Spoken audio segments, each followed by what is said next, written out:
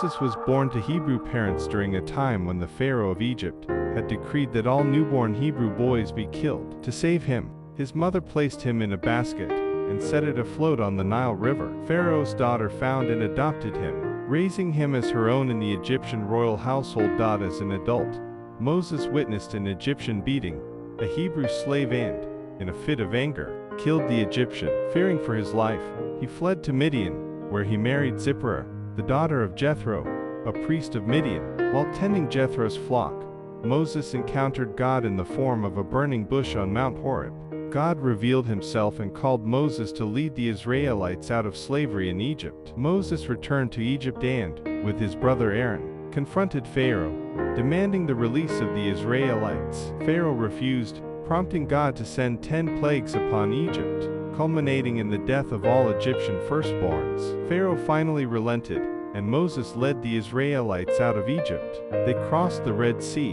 which God parted to allow their passage, and then closed upon the pursuing Egyptian army. In the wilderness, the Israelites struggled with faith and obedience. They complained about the lack of food and water, leading God to provide manna and quail for sustenance and water from a rock. At Mount Sinai, God gave Moses the 10 Commandments and the laws that would govern Israelite society. However, during Moses' absence on the mountain, the people built a golden calf, leading to a severe judgment upon them. The Israelites' journey to the Promised Land was marked by repeated instances of rebellion and lack of faith.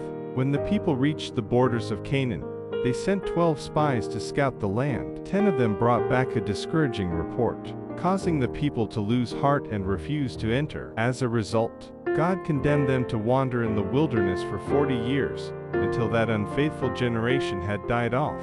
Despite his close relationship with God, Moses himself was not permitted to enter the Promised Land due to an act of disobedience at Meribah, where he struck a rock to bring forth water instead of speaking to it as God had commanded. Near the end of the 40 years, Moses viewed the Promised Land from Mount Nebo. He delivered a series of speeches to the Israelites, reiterating God's laws and urging them to remain faithful. Moses died in Moab, and God himself buried him in an unknown grave. Moses' legacy is profound. He is remembered as a lawgiver, a leader who guided his people through immense challenges, and a prophet who spoke directly with God.